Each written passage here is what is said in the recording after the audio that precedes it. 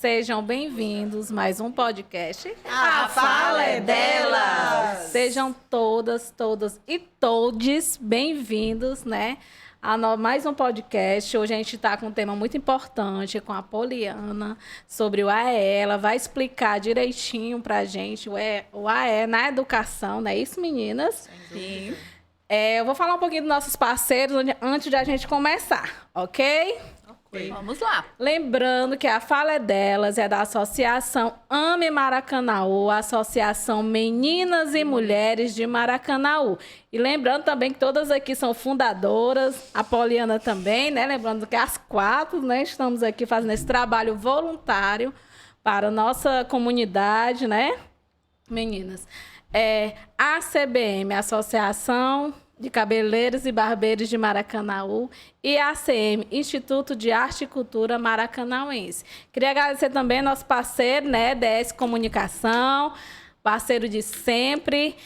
Meninas, e também vou falar aqui um pouquinho, agora começando, e no final a gente dá um recadinho muito importante, né, o nosso mais novo parceiro, Norte Shop Maracanaú. Nós estamos com a campanha, então vamos falar um pouquinho mais dessa campanha. A gente está fazendo uma campanha Fluxo livre.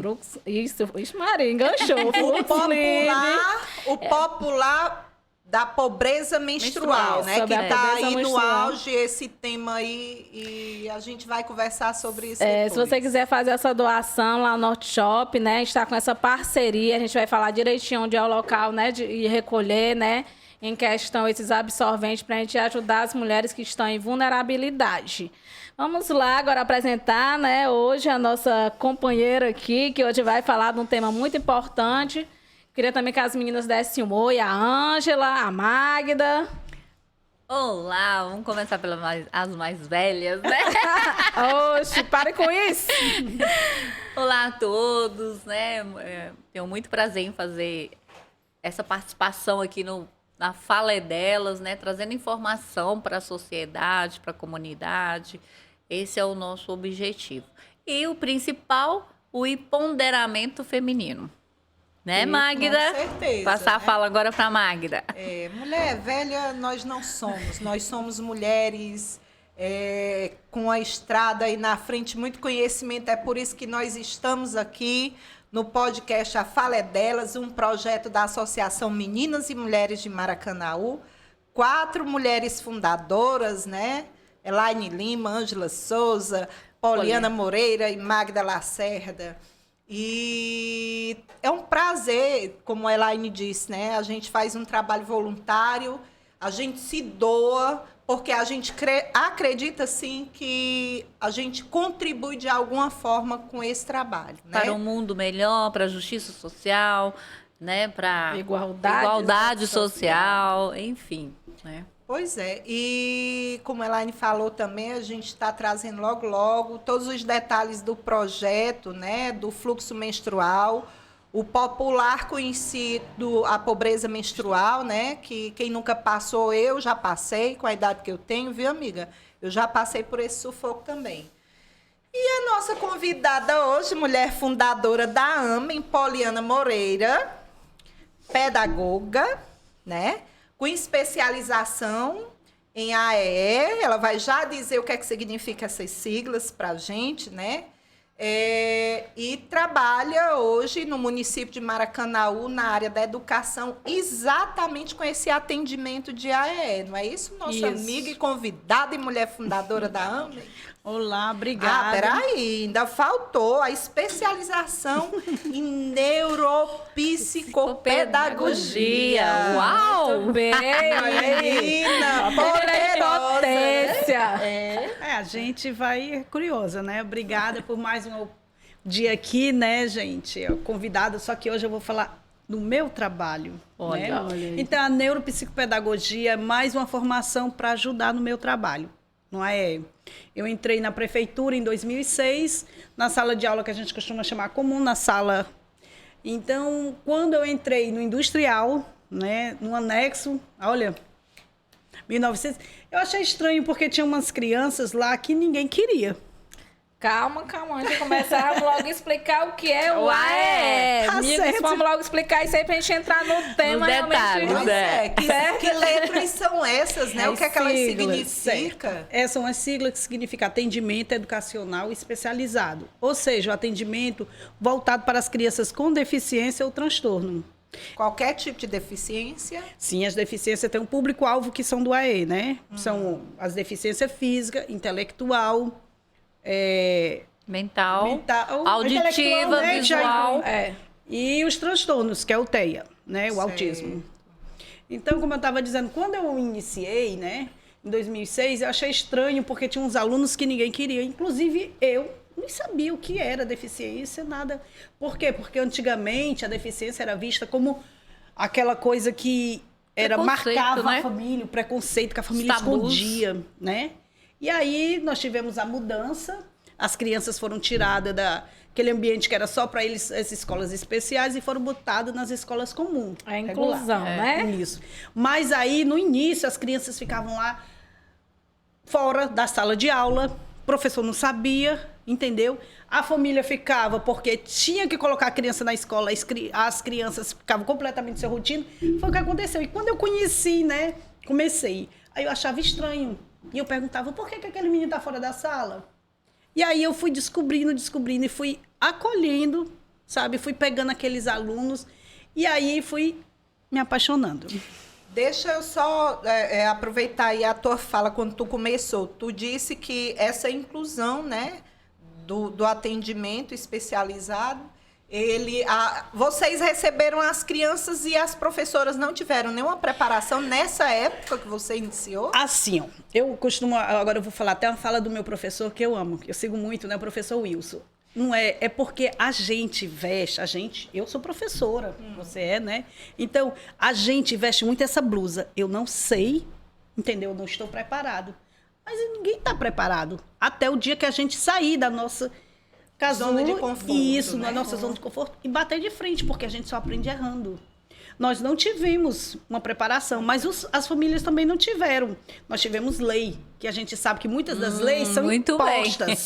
São aquelas leis que vão assim, descendo pela garganta, rasgando. goela, Então, foi o que aconteceu. As crianças, foi difícil para a família, foi difícil para os alunos com deficiência, foi difícil para os professores, foi difícil para todo. Mas se não Ainda fosse... está sendo, Foi né, uma Poliana? Porque construção, tem né, as Poliana? É uma leis, construção. você falou uma coisa muito interessante, que tem as leis, mas, na verdade, os professores não são preparados para Muitas vezes não querem também. cumprir as leis, não tem acessibilidade.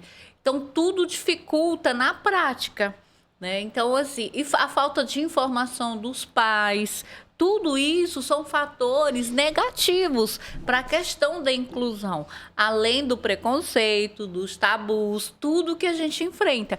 Então, gente, por isso que eu digo, esse espaço aqui é um espaço da gente estar trazendo essas informações básicas. De E esclarecimento, para concluir né? aqui, que eu não vou tomar a vez da minha amiga Poliana, e para concluir aqui, a gente tem que trazer as famílias para perto da gente, das escolas, fazer assembleias, unir, para cobrar dos gestores essa acessibilidade, essa preparação para Políticas esses públicas. profissionais. Pronto, políticas públicas, tá bom?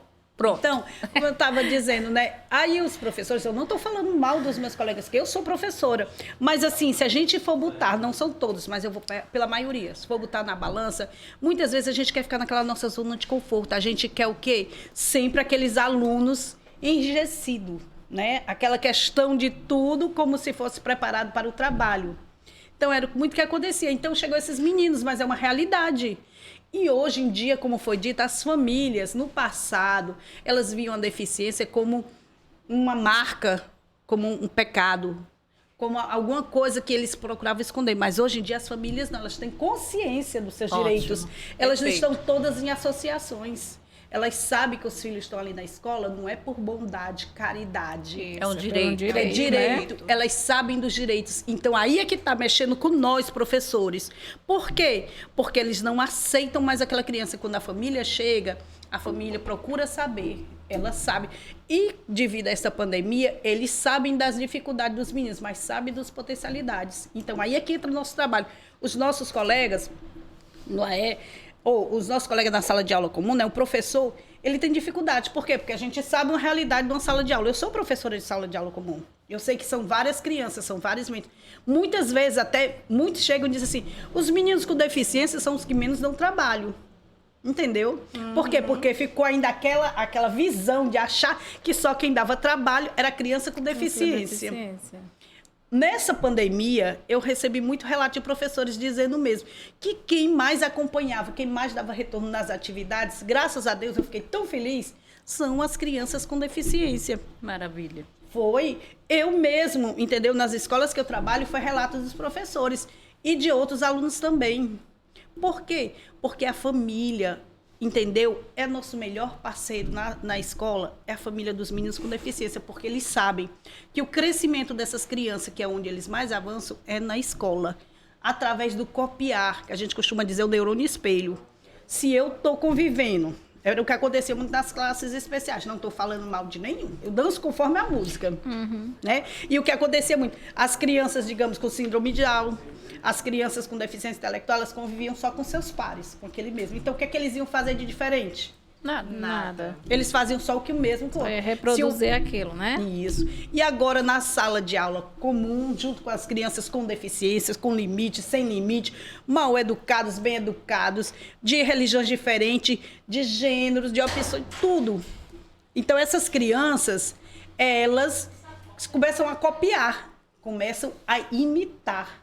Porque todos, com ou sem deficiência, é isso que eles fazem na escola.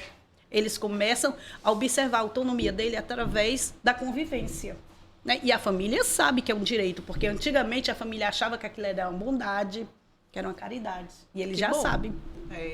Para deixar assim mais claro ainda, né? Porque eu gosto assim de muita clareza. Essa questão do copiar não é o copiar no papel, não. É a vivência da criança, né? Com deficiência, convivendo no coletivo, em grupamento, ele começa a observar e começa a querer fazer as mesmas coisas que os outros. Isso. É esse o copiar. É o copiar, a gente chama o neurônio espelho, né, na neuropsicopedagogia. Certo. Por isso, assim, a importância dessas crianças estar inclusa, né, no meio social, não só na escola, assim, né?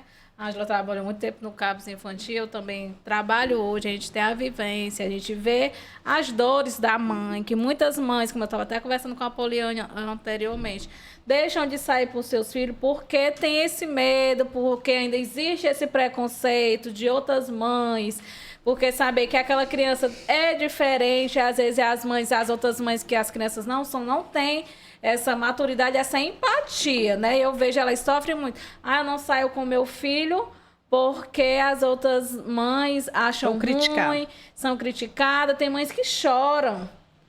Todos os dias tem mães lá no consultório que choram. Realmente isso é difícil, né? Para a família, para poder, como é que vão aceitar meu filho na sociedade? Isso aí são os tabus, né? Que a gente tem que romper.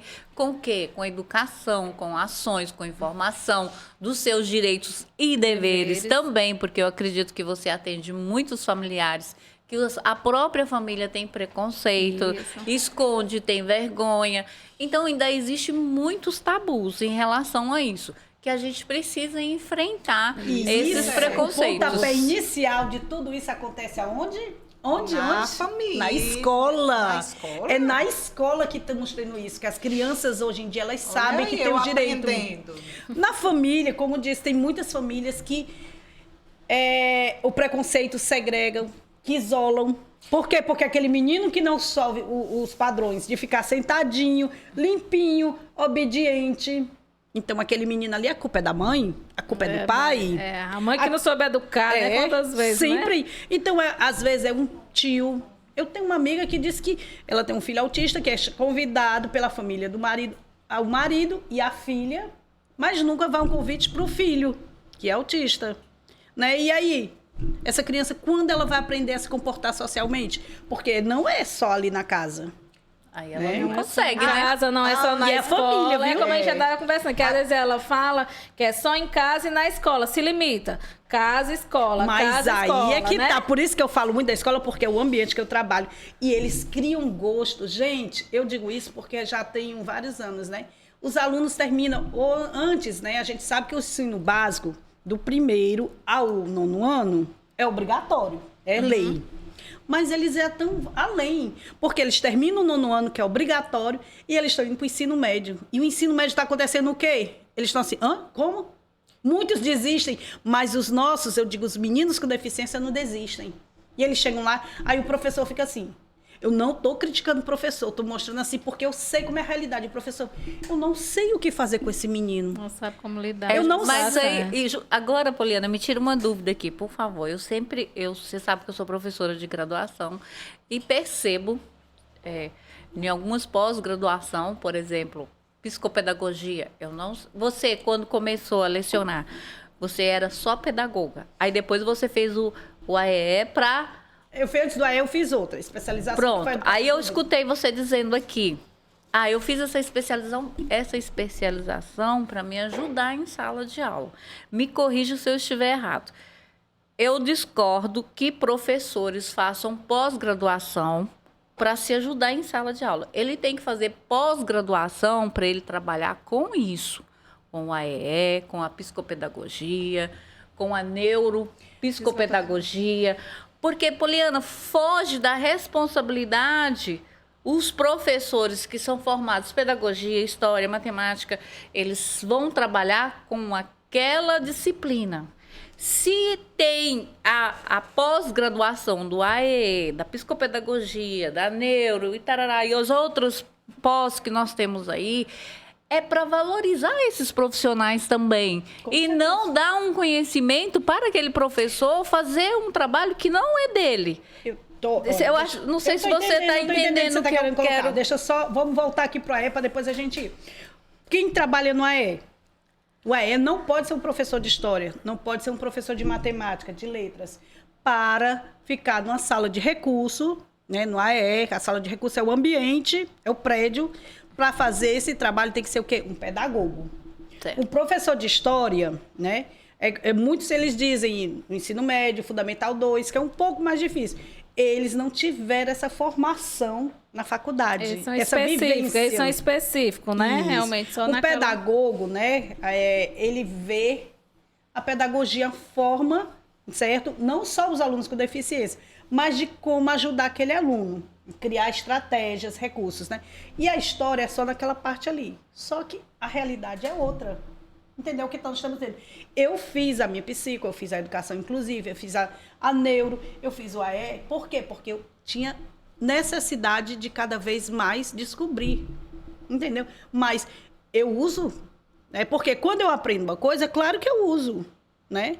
Mas não foi para isso. E eu não fico ali só na escola, eu vou além. Entendeu? O professor de história, de matemática, que eu sei que é difícil, então ali eu estou ajudando aquele professor. Como? Eu tenho um aluno X, o Joãozinho. O Joãozinho está no 7º ano. O Joãozinho não consegue escrever, o Joãozinho não consegue ler, né? O Joãozinho não está ali na sala, entre aspas, segundo a visão do professor, só para constar. Eu chego, vamos lá, professor, vamos conversar. Aí o Joãozinho, eu atendo ele. E eu sei da potencialidade dele, porque eu não estou dizendo que o meu amigo, meu professor ali, ele é obrigado a saber. Então, é esse o serviço diferente. O AE não é reforço, é um serviço de identificação. É isso que eu quero falar para você. Você não é professora de primeira a quarta série, por exemplo, grupo, jardim. Você é professora do atendimento educacional especializado. O que eu estou querendo dizer são os professores de creche, de alfabetização, fazerem essas especializações para ajudar na sala de aula. Porque eu penso comigo, por isso que eu pedi para você me corrigir se eu estiver errada, que aí ele não faz nenhum e nenhum outro. A gente tem que fazer a nossa especialização que gosta, que se identifica, né? Foi o meu caso. Mas aí o professor não tem que fazer, entendeu? Mas ali... Ele vai ajudar, e ao mesmo tempo ele também pode fazer o seguinte... ele pode buscar qualificação.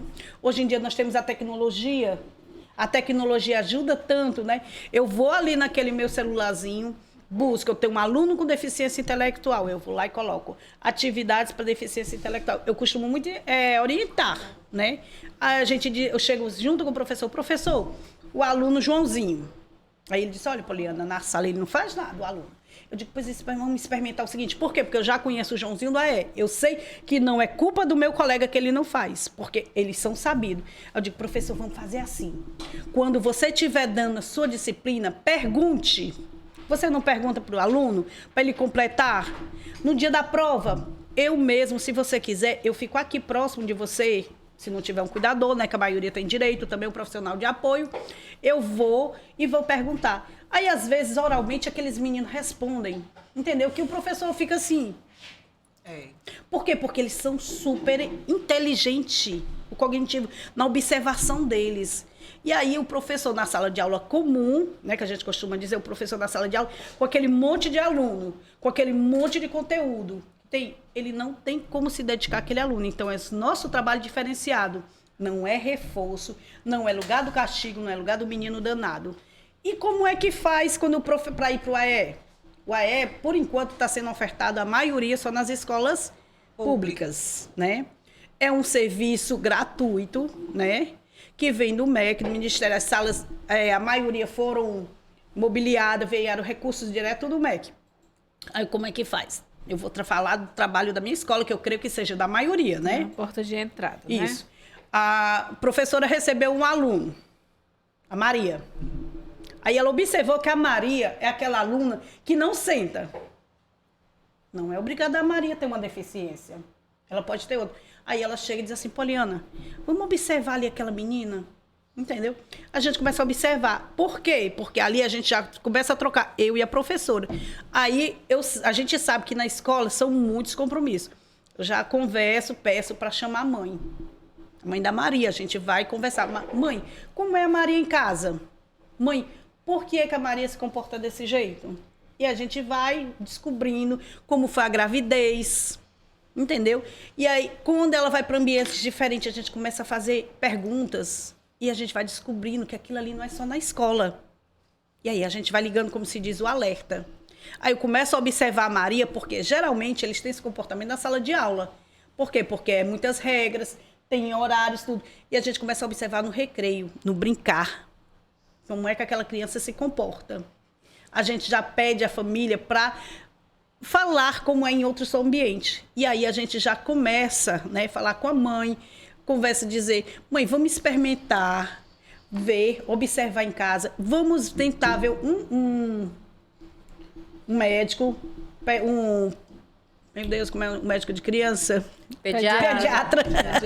Então, pediu o pediatra para observar. Por quê? Porque não pode ser só de um. Tem que ser uma equipe, tem que ser um olhar de vários. Tem que fazer uma análise, né?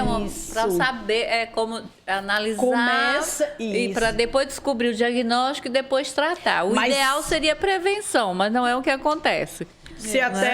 Então, começa aonde? Começa no professor, a sala de aula, que observa, que pede ajuda, um olhar diferente dos outros. Vai levar para os outros encaminhamento, dependendo, né, de cada caso. Aí, por que isso? Porque quando eu sou mãe, todas nós aqui somos mães. Sim. E a gente, como mãe, a gente tem um olhar, aquele olhar de desculpar o comportamento do nosso filho. Aquele olhar de dizer, não, ele é assim porque ele não mamou quando pequeno. Ele é assim porque o pai saiu de casa quando ele era pequeno. Ele é assim porque logo eu tive... Sempre tem a desculpa do assim. Eu não digo, não é nem uma desculpa. Eu digo que a gente sempre procura um culpado. Isso. Que a gente não concretiza. Isso. Aí, quando tá na escola, na sala de aula, o professor não tem porquê. Tem todos, na mesma faixa etária.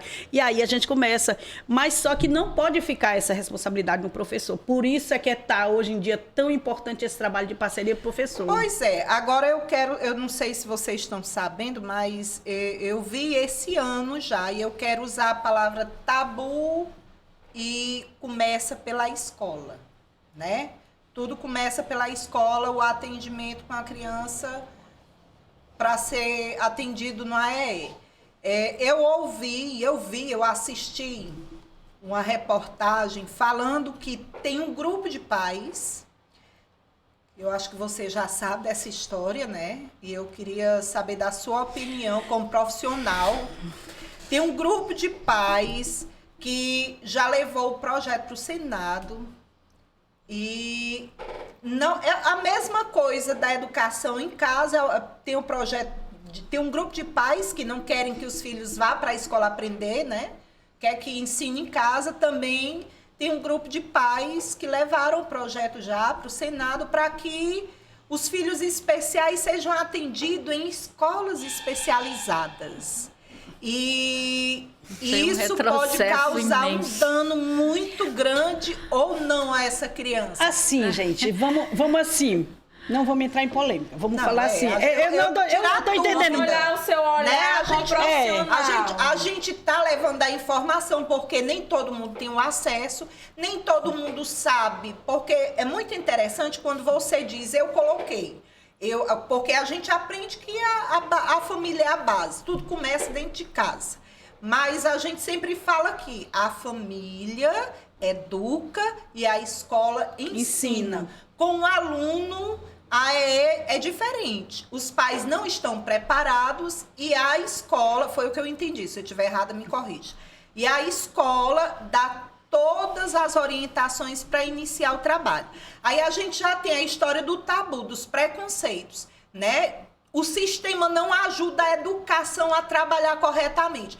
Tanto que quando em 2006 que você entrou para atender na educação básica, você se deparou com um atendimento que você não foi preparada para isso. Então, o sistema não ajuda. Faz a lei, mas não chega na base, que é a gestão escolar, e a gestão escolar passar para os seus professores, né? Eu vou entrar assim, preste atenção.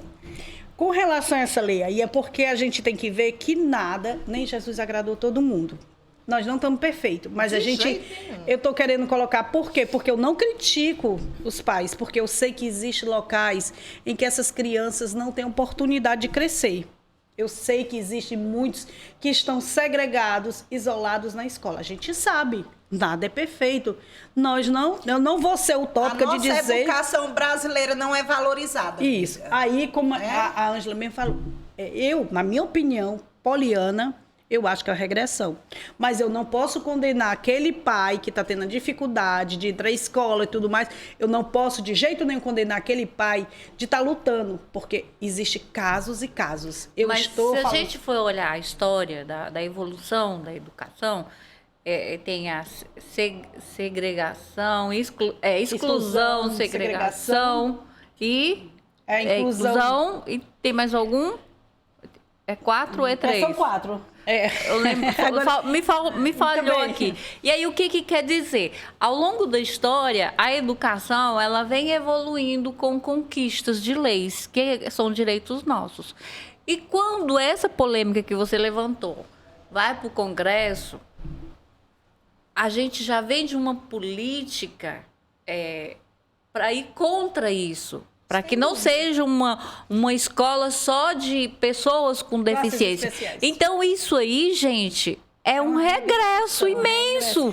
Imenso. Isso não faz sentido. Eu acho, assim, na minha opinião, como professora, era para se juntar para evoluir.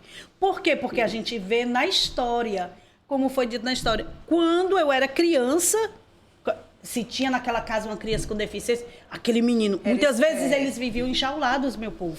Ainda tem, Poliana. Você me desculpa que ainda tem até hoje. Mas aí o que é que nós vimos? Quando foi que eles começaram a abrir o olho, a ver que aquilo ali, eu digo alguns, nós sabemos tudo isso, começaram a ver que é necessário a inclusão, a socialização? Quando?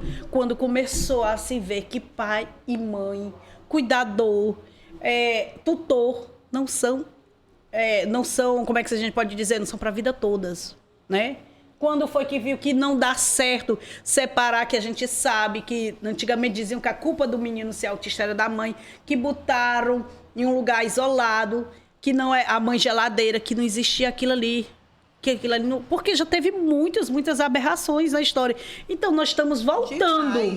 Então, foi visto isso quando? Quando fica, quando morre, quando fica... E essas crianças, elas não sabem. Nós temos que falar, nós temos que ver o que foi que deu certo. Muito não deu. Gente, assim, lembrando que, assim, muitas pessoas essas crianças também, nem todos são cuidados pela mãe, é por terceiro. Pois é. Né? A maioria, não sei se a gente debate com isso, a maioria são cuidados por terceiro, por tio, nem sempre é pelo seu genitor. E aí, o que é que acontece? Esses meninos vão ficar como? Um dia, quando faltar, a gente tem que pensar no futuro. O que é o futuro? É uma dessas pessoas que são responsáveis, elas um dia vão morrer. Vão partir, Isso, vão partir. E essas crianças, como é que vai ficar? Vai ficar um peso, como era antigamente? Vão ficar enjauladas? Eu penso na minha visão, mas eu não critico. Eu acho que o certo era todo mundo. A gente respeita, eu sei. Eu acho que era certo a cultura e o lugar de cada um. Por quê? Porque a né? gente viu que muitos evoluíram. Eu vejo na faculdade, gente com autismo, gente com deficiência física, gente cego, surdo. E aquilo ali, a receita. A receita começou o quê? Na base, naquele infantil, naquela família, dando mão aqui. Juntos, a gente tem que trabalhar juntos. E não. Se for só em casa, então para que existe escola, meu povo? Por quê? Porque eles têm que copiar. Eu tive uma reação de um aluno deficiente intelectual, que os meninos adolescentes tinham a mania de ir para a escola e a diretora brigava porque eles chegavam sem farda. E aí os meninos diziam, não, a farda está na bolsa. E a diretora passava de um por um, mandava vestir a farda. Aí o aluno, no outro dia, ele chegou. E aí a diretora olhou assim para mim e disse, pergunte cadê a farda dele. Pergunte. Aí ele falou assim, que a bolsa estava na bolsa. E eu digo, agora você briga igual sempre com os outros. A maior alegria dele é porque ele recebeu um cara igual os meninos. Ele é igual aos outros, ele não está sendo instruído. Mas ele aprendeu o quê?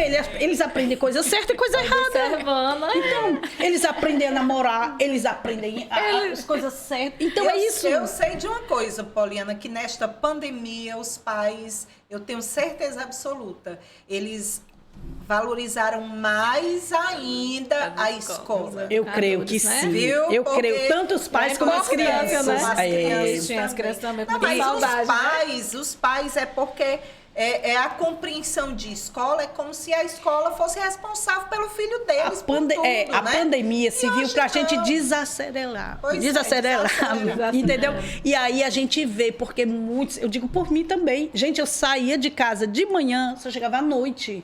Eu não tinha tempo de fazer uma comida, eu não tinha tempo de olhar meus filhos. Então nós tivemos a oportunidade, nós tivemos que ver o que é família, voltar a todos os valores. Então foi um momento, e aí eles descobriram que a escola é para educar. Com certeza. Aliás, educar é a família, a escola ensina. Sim. Então, cada um começou a ver seus papéis. Aquela família que negava muito. Ai, meu filho não tem deficiência. Doida é aquela professora. Essa professora persegue meu filho. Ouvi muito isso. Não, eu costumo até dizer muito para eles. Eu digo, olha, nós estamos juntos com vocês. Eu costumo dizer muito para minhas mães, vamos descobrir o caminho. Se seu filho tem ou não tem alguma deficiência, só um médico. Porque eu sou professora, você é mãe. O médico é que vai dizer. Mas para eles é um choque, né? Às vezes quando eles têm essa notícia, né? E a aceitação tem um certo tempo, e a importância da medicação, a importância dos atendimentos, que a gente precisa muito conversar dessa parceria com a família. Porque não falta quem chega e diz, mulher, não dá esse remédio para esse menino não, mulher. Esse remédio é para doido. É desse jeito que ele chega. Mulher, não leva esse menino para esse lugar não, mulher, que esse lugar aí esse menino vai aprender. E aí eu converso muito. E essa pandemia foi um momento para as mães observarem que nós, escola, estamos juntos, que a gente junto vai crescer. Nós, escola, atendimento, porque a escola é o único atendimento que é igual para todos. Entendeu? Mas tudo isso é falta de informação, né?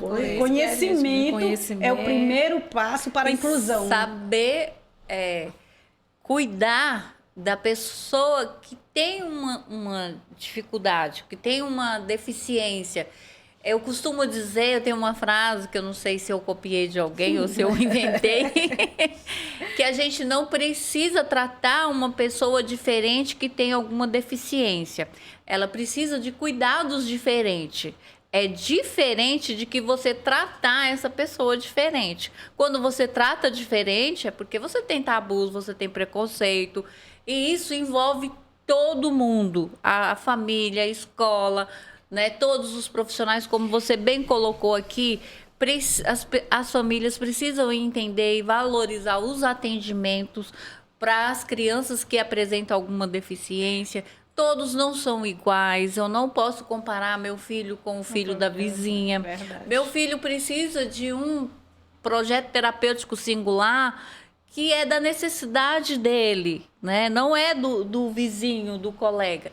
Então, a gente precisa, quando a gente compreende a pessoa que tem alguma deficiência e sabe lidar com essa deficiência, nós vamos perceber que é tabu, que é ignorância, que é preconceito. E que essas pessoas que são diferentes, elas podem estar inseridas na sociedade, ser pessoas felizes, construir famílias, trabalhar como qualquer outra pessoa.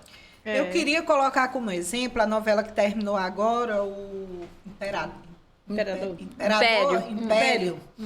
E tinha lá o personagem esquizofrênico, né? A esquizofrenia então, não é público-alvo do AE. Não, eu só queria colocar como exemplo a fala dele na última cena.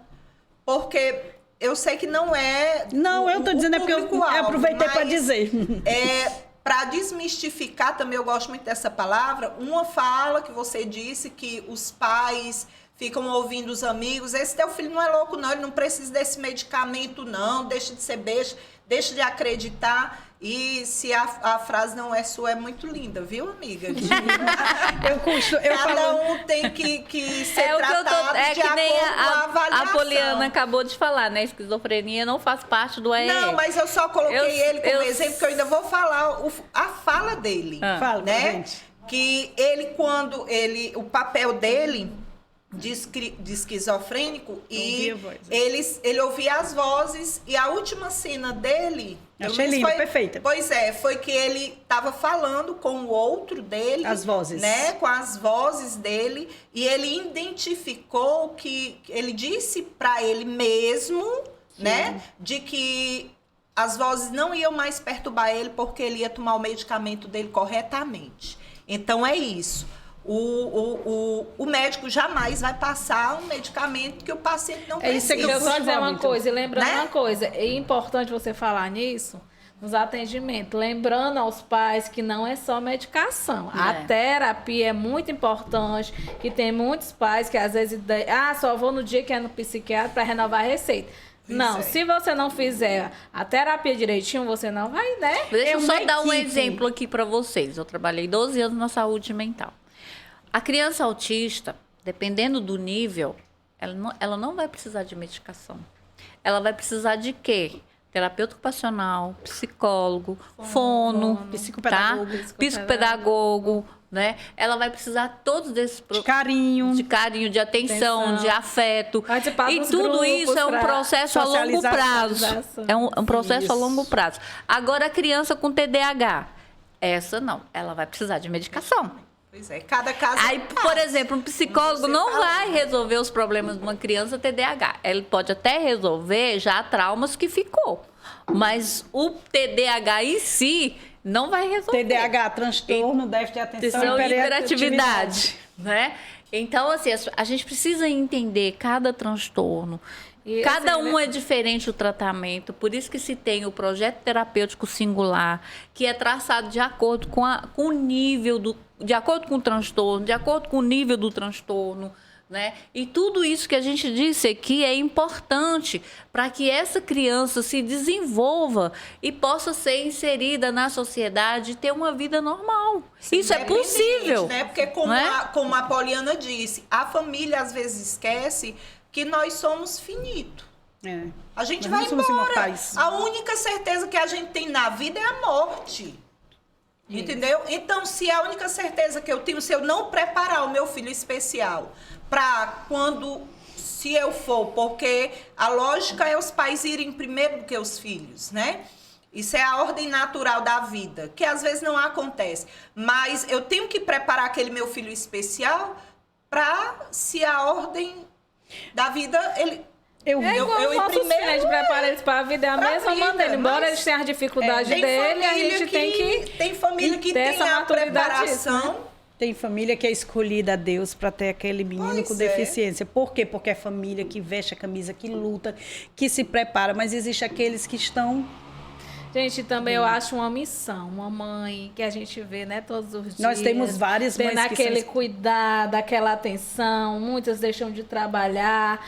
Então, assim, vocês também, as mães que não têm filho com transtorno, dê uma atenção para essa mãe, que às vezes ela precisa conversar. Pois é, essa né? que- é isso essa que ajuda questão, né? também, Que eu né? acho que, gente, é um amor muito grande. Eu Você costumo precisa, dizer né?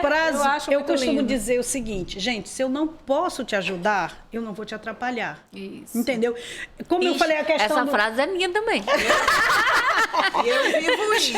Ângela que disse. Ângela que diz, Então, olha, por isso que eu contei essa história. Eu não estou de jeito nenhum criticando meus colegas professores que têm dificuldade, porque um dia eu já fui também. Eu saí da minha zona de conforto e eu me apaixonei. Não estou dizendo que os outros vá atrás. Mas, assim, também não estou dizendo que não vai escutar vizinho. Mas, em vez de eu estar escutando um vizinho que chega e diz que aquele remédio ali é para doido, que aquele remédio não tem, por que eu não vou conversar com a pessoa que tem conhecimento? Por que eu não vou pesquisar um pouquinho? Porque nós temos vários relatos de experiências exitosas, de pessoas que superaram aquela deficiência, aquela dificuldade, aquela esquizofrenia. Então, isso é um trabalho em conjunto. Nós temos várias coisas a desejar. Eu estou falando só da educação, não vou entrar nem na saúde. Mas a gente sabe que a escola... Porque vamos pensar, você tem seu filho. Olha, o seu filho com ou sem deficiência, todos os amigos vão para o aniversário e aquele seu filho não vai. Será que ele não fica triste? Ah, mas meu filho nem sabe, não sente. Gente, ele sente.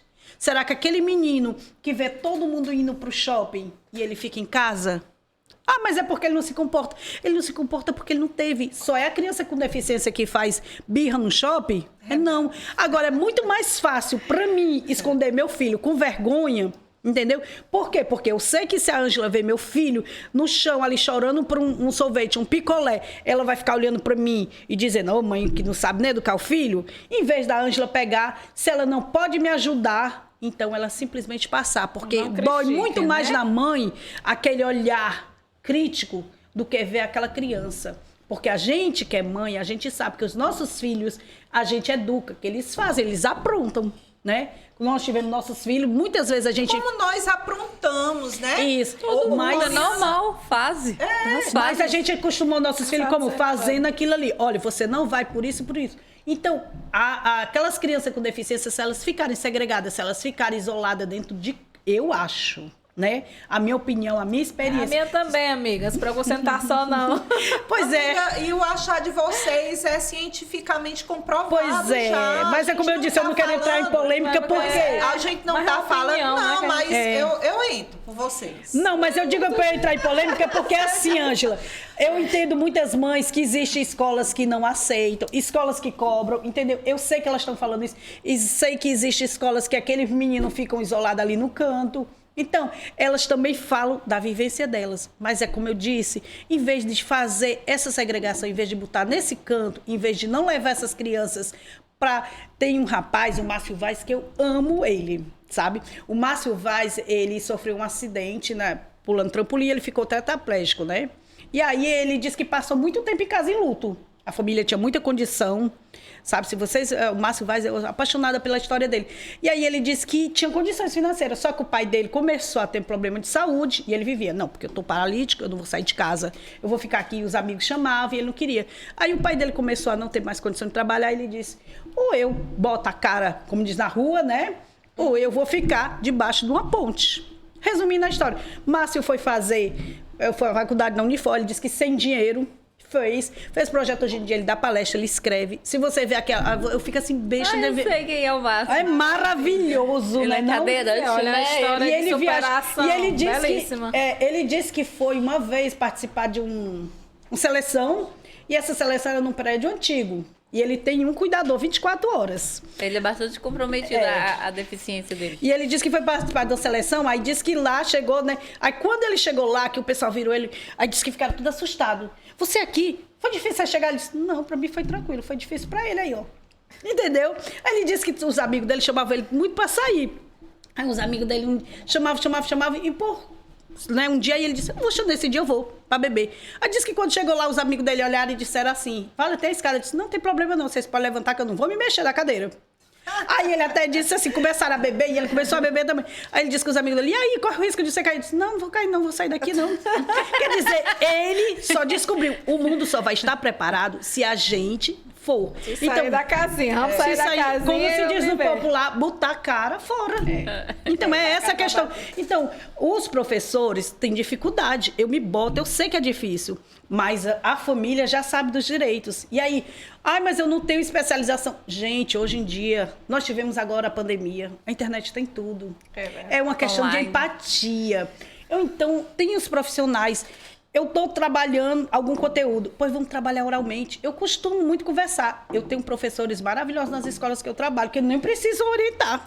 E, Poliana, lembrando uma coisa, né? Tem recursos baratos, não é isso? Que a tecnologia. Aí as pessoas dizem assim, porque para fazer isso precisa ter dinheiro, para fazer isso precisa de muita tecnologia. Gente, as pessoas no interior fazem tecnologia. A tecnologia de baixo custo. Isso é. O que é uma tecnologia de baixo custo? Eu pego um copo desse aqui, uma pessoa que não tem condição, que deficiência física, coloca um canudo aqui, um pregador, para ele tomar sozinho. Ali é uma autonomia, ali é uma tecnologia de baixo custo. Né? E o que foi? Na escola, meu menino não consegue identificar. Mas aí eu vou no oralmente, ou então eu boto aqui várias letras. Vamos entrar agora no Natal, né? No infantil. Porque eu boto situações, carnaval, tudo. Eu peço a ele para identificar. Por quê? Porque é necessário ele saber qual é a data que nós estamos tendo. Isso aí é uma adaptação, é uma tecnologia de baixo custo. Simples, né? Que qualquer pessoa pode fazer. E aí a gente pensa o que juntos? É juntos que a gente consegue. Isso mesmo, olha, a conversa está maravilhosa. Né? Tem muitas informações, mas nós chegou ao fim. Mas qualquer coisa pode botar também perguntas, ou então mesmo futuramente nós temos aqui psicopedagoga, nós temos outros profissionais, futuramente a gente pode pensar em outros momentos assim.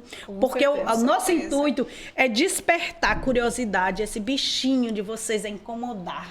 Para quê? Para futuramente a gente sair da nossa zona de conforto e ver o que é que a gente pode ajudar. Eu agradeço mais uma vez essa oportunidade.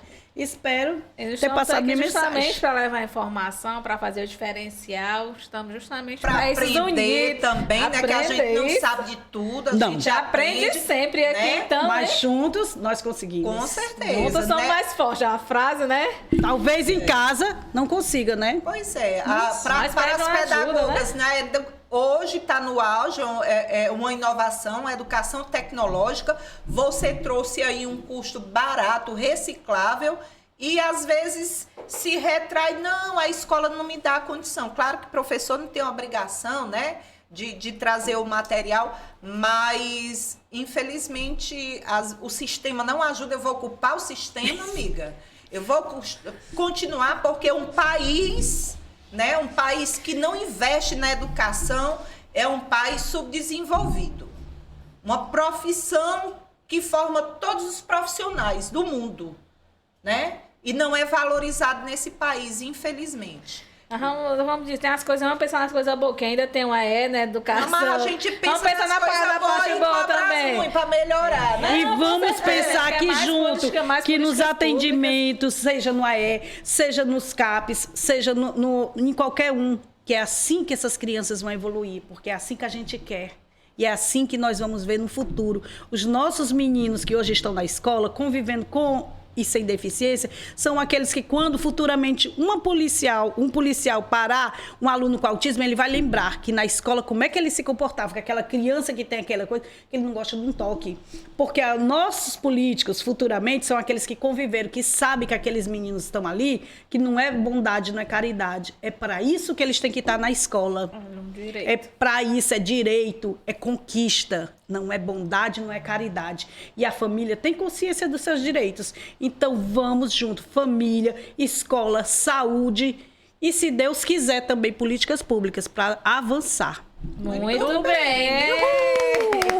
Vamos dar agora um recadinho final para a gente finalizar. Pois é, o recadinho final é esse, que é apaixonante, eu gosto, é difícil, Tem hora que dizem que eu sou meia poliana, que acredito, eu vejo lado bom em tudo, mas assim, a família dos meus meninos são meus parceiros, e dessa pandemia foi tudo. Agradeço muito. Eu digo que é meus meninos, que é quando eles estão na escola, e a gente tem dia que a gente conversa, tem dia que eu brigo com mãe, tem dia que elas brigam comigo, e assim a gente vai dando certo. E meus professores, né, os professores das escolas que trabalham, gestão, porque a inclusão começa no porteiro e vai até o diretor. Isso mesmo. Verdade. Vamos lá, Ângela, deu o recadinho final. Agradecer aqui a nossa amiga Poliana, falar que foi bastante proveitoso esse momento, muito esclarecedor, né? E eu sou militante da saúde mental, viu? Continuo aí, eu faço parte de uma comissão aí do CESAL. E estamos aí, firme e forte, e um beijo a todos, e todo mundo tem direito, e a gente precisa respeitar as diferenças. Muito bem. Vamos lá, Magda. Quero agradecer a nossa mulher fundadora da AME, né? Uma das, né? Uma delas, de ter trazido a informação e o aprendizado, porque a gente não sabe de tudo, como eu sempre digo, né?